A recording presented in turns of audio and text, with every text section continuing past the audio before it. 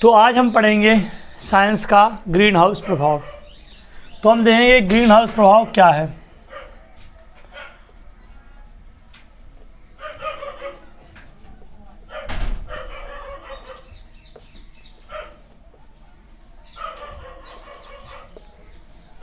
Green house प्रभाव ठंडे प्रदेशों में, जो बहुत ठंडे प्रदेश होते हैं जैसे कि कश्मीर, नागालैंड, तो ये एरिया होते हैं, तो वहाँ पे पेड़ पौधों को उगाया जाता है। तो किस प्रकार से उगाया जाता है, इसी तरकीब को ही हम क्या बोलते हैं, ग्रीन हाउस प्रभाव। जब भी हम ठंडे प्रदेशों में किन्हीं पेड़ों को उगाते हैं तो किसी भी, जैसे एक पेड़ हम उगा रहे हैं, ठीक है, तो इस पेड़ को हम एक कांच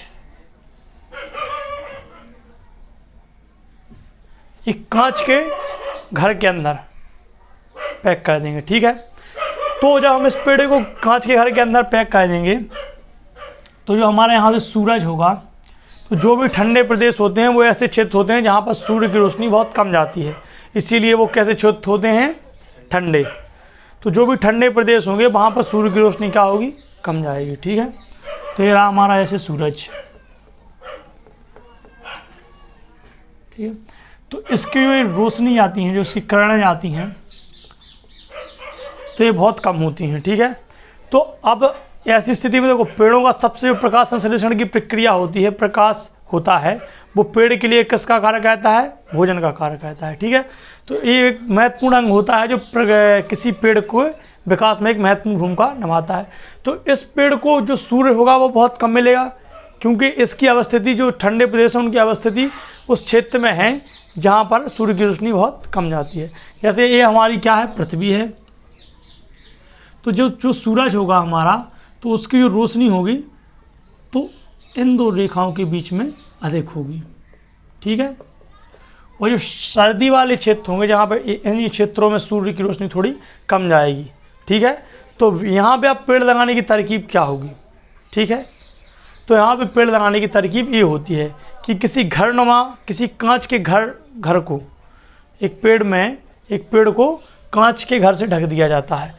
तो सूर्य की रोशनी थोड़ी बहुत आती है, तो जब वो सूर्य की रोशनी इसके कांच के अंदर पेड़ तक पहुंचती हैं, तो जो रोशनी इसके अंदर, ऐसे जो किरणें इसके अंदर पहुंची, तो जिनकी तरंग दैर्घ्य कम होती है, जैसे एक किरणें आई तो उनकी तरंग दैर्घ्य कम होगी, तो जो इसके अंदर प्रवेश तो कर जाएंगी लेकिन क्या नहीं, बाहर नहीं निकल पाएंगी। और जैसे जैसे किरणें इसके अंदर आई तो तापमान बढ़ा इसका, तो इससे क्या नहीं होंगी, ये बाहर नहीं निकलेंगी।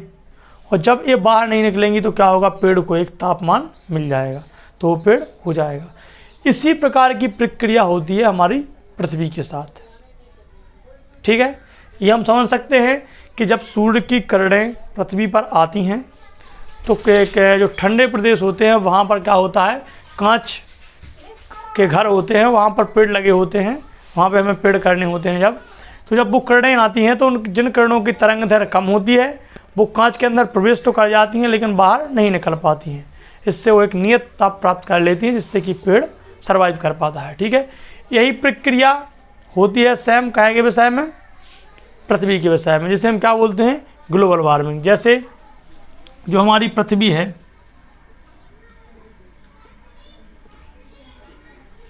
और यह है क्या, सन, सूर्य।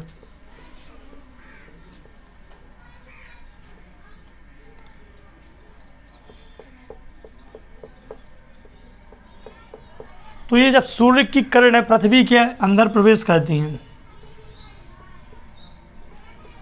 ठीक है, तो जो हमारी पृथ्वी होती है इसके चारों तरफ एक लेयर होती है, वायुमंडल होता है, हमने सुना होगा। एक ओजोन परत होती है जो कि 20 मीटर की एक पतली एक परत होती है, जिसके अंदर क्या होती है, ओजोन परत होती है, जहाँ पे ओजोन गैस होती है, ठीक है। तो जब इस सूर्य की किरणें यहाँ पर आती हैं तो ये कैसी होती हैं, बहुत हानिकारक होती हैं, और एक किसका काम कहती हैं, एक छन्नी का कार्य कहती हैं, और इसको छान छान के पृथ्वी तक पहुंचाती हैं, ठीक है। अब यदि ये ओजोन परत ना हो तो ये किरणें जब डायरेक्ट पृथ्वी पर आएंगी, या ये हट जाए, या किसी कारण का हम जो गलत चीज़ें कर रहे हैं इससे वो ख़राब हो जाए, तो क्या होगा कि उसमें हो जाएगा पृथ्वी में छेद, और जब वो डायरेक्ट आदमी के शरीर पर टच करेंगी या जो वनस्पति हैं, पेड़ हैं, उन पर टच करेंगी तो क्या हो जाएंगे, नष्ट। और व्यक्ति लोगों को क्या हो जाएगा, त्वचा का कैंसर, आँखों का कैंसर, त्वचा का कैंसर, ठीक है। तो ये क्या होता है, जब सूर्य की किरणें पृथ्वी के अंदर प्रवेश करती हैं, तो जब प्रवेश कर लेंगे अंदर, तो क्या होता है, कुछ जो यहाँ पे जो गैसें होती हैं वो इनसे प्रक्रिया करके इन किरणों को बाहर नहीं निकलने देती हैं, ठीक है। तो जब ये किरणें बाहर नहीं निकल पाती हैं, जैसे हम कई ऐसे हैं जैसे CFC है, क्लोरोफ्लोरोकार्बन, तो जो क्या कहती हैं कि प्रक्रिया करके उसको वायुमंडल को आहत कर रही हैं, तो इससे वो बाहर नहीं निकल पाती हैं कुछ किरणें। इससे क्या होता है, पृथ्वी का ताप बढ़ता जाता है, बढ़ता जाता है, बढ़ता जाता है। इससे क्या हो रहा है, ग्लोबल वार्मिंग, कि पृथ्वी की किरणें अंदर तो आ जाती हैं लेकिन पृथ्वी से बाहर नहीं निकल पाती हैं। इससे क्या होगा, जब बाहर नहीं निकल पाएगा, ताप बढ़ेगा, तो एक दिन क्या हो जाएगा, ताप हद से ज़्यादा हो जाएगा, तो क्या होगा, ज्वालामुखी, सुनामी, ये सभी घटनाएं देखने को मिलेंगी, ठीक है। तो ये क्या है हमारा ग्लोबल वार्मिंग। ऊपर का क्या है हमारा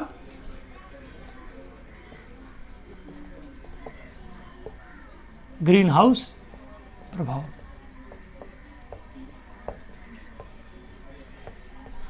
तो ये थे हमारे दोनों क्वेश्चंस।